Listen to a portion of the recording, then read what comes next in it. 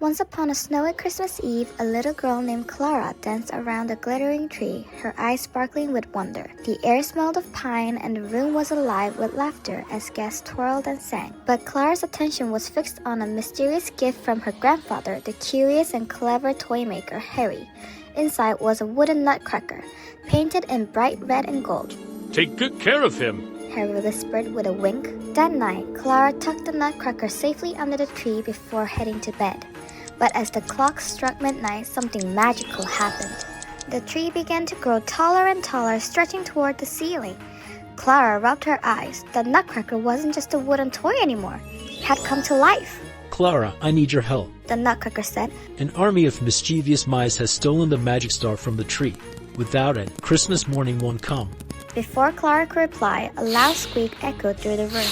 The Mouse King appeared, wearing a tiny crown and leading an army of mice. Give back the star, Clara demanded, standing bravely beside the nutcracker. The Mouse King laughed. You'll have to catch me first! And just like that, the room transformed into a battlefield. Toy soldiers led by the nutcracker marched in to fight the mischievous mice.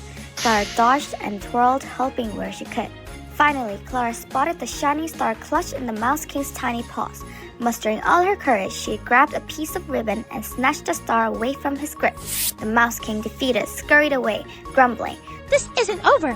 With the star back in place, the nutcracker smiled. Thank you, Clara, but our adventure isn't over yet. Come with me. He took her hand and together they stepped into a swirling snowy portal that sparkled with magic. They arrived in the land of sweets, where sugar plum fairies danced and candy canes twirled above them. The air was filled with the smell of chocolate, and Clara couldn't believe her eyes. Welcome, Clara, said the sugar plum fairy. You've saved Christmas, and now we celebrate. The music played and Clara joined in the party. She danced with the nutcracker, spun with the fairies, and laughed with the candy creatures. It was a magical night she would never forget. As the first rays of morning sunlight crept into her room, Clara woke to find herself back under the Christmas tree. The nutcracker sat quietly in its place, just a wooden toy once more. But Clara knew the truth. Her adventure had been real, and the magic of the nutcracker would stay with her forever. From that day on, Clara always kept the nutcracker close, ready for the next magical journey.